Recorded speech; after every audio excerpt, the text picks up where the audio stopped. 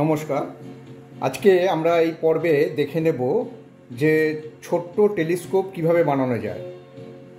এই টেলিস্কোপটা আগে দেখে নিচ্ছি। এই টেলিস্কোপটা বানানো হয়েছে এবং কিভাবে বানানো হয়েছে সেগুলো নিয়ে একটু জাস্ট আলোচনা করছি। এটা বানানোর জন্য যেগুলো লেগেছে সেই রকম হচ্ছে এরকম ডায়ামিটার, 40 mm ডায়ামিটারের একটা পাইপ আছে, একটা 50 mm ডায়ামিটারের একটা পাইপ আছে। এবারে বলে দিই কী করা হয়েছে। এখানে নির্দিষ্ট লেন্থের এই পাইপটাকে প্রথমে দাগ দিয়ে এখানে মার্কিং করে তারপর তাকে কাটা হয়েছে, এমনভাবে কাটা হয়েছে যাতে করে এটাকে বসালে পুরো এটা 90 ডিগ্রি হয়, সেইভাবে এটাকে কাটা হয়েছে। তারপর তাকে সুন্দর করে ঘষা হয়েছে। ঘষার পরে এই দুটো পিসকে করা হয়েছে।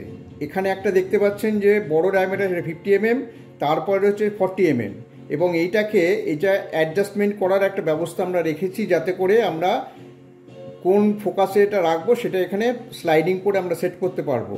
এখানে একটা অবজেক্টিভ লেন্স দেওয়া রয়েছে, দেখতে পাচ্ছেন এই অবজেক্টিভ লেন্স এখানে রয়েছে।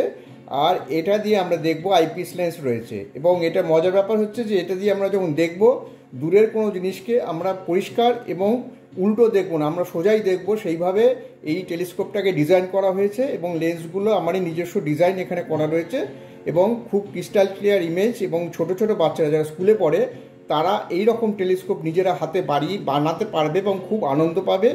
এবং যদি একটু খেটে খুঁটে বানানো যায় এই ছোট্ট ডিজাইনের টেলিস্কোপ দিয়ে তারা অনেক কিছু আকাশ পর্যবেক্ষণ করতে পারবে বা কোথাও একটা স্ট্যান্ডের উপর রেখেও তারা দেখতে পারবে, যে কোনো জায়গায় নিয়ে যেতে পারবে। কোনো একটা কেউ যদি বেড়াতে গেল বাচ্চারা বাবা মার সঙ্গে, তখন তারা এই সঙ্গে করে জিনিসটাকে নিয়ে যেতে পারবে। আশা করি আপনাদের সবার খুব কাজে লাগবে। নমস্কার।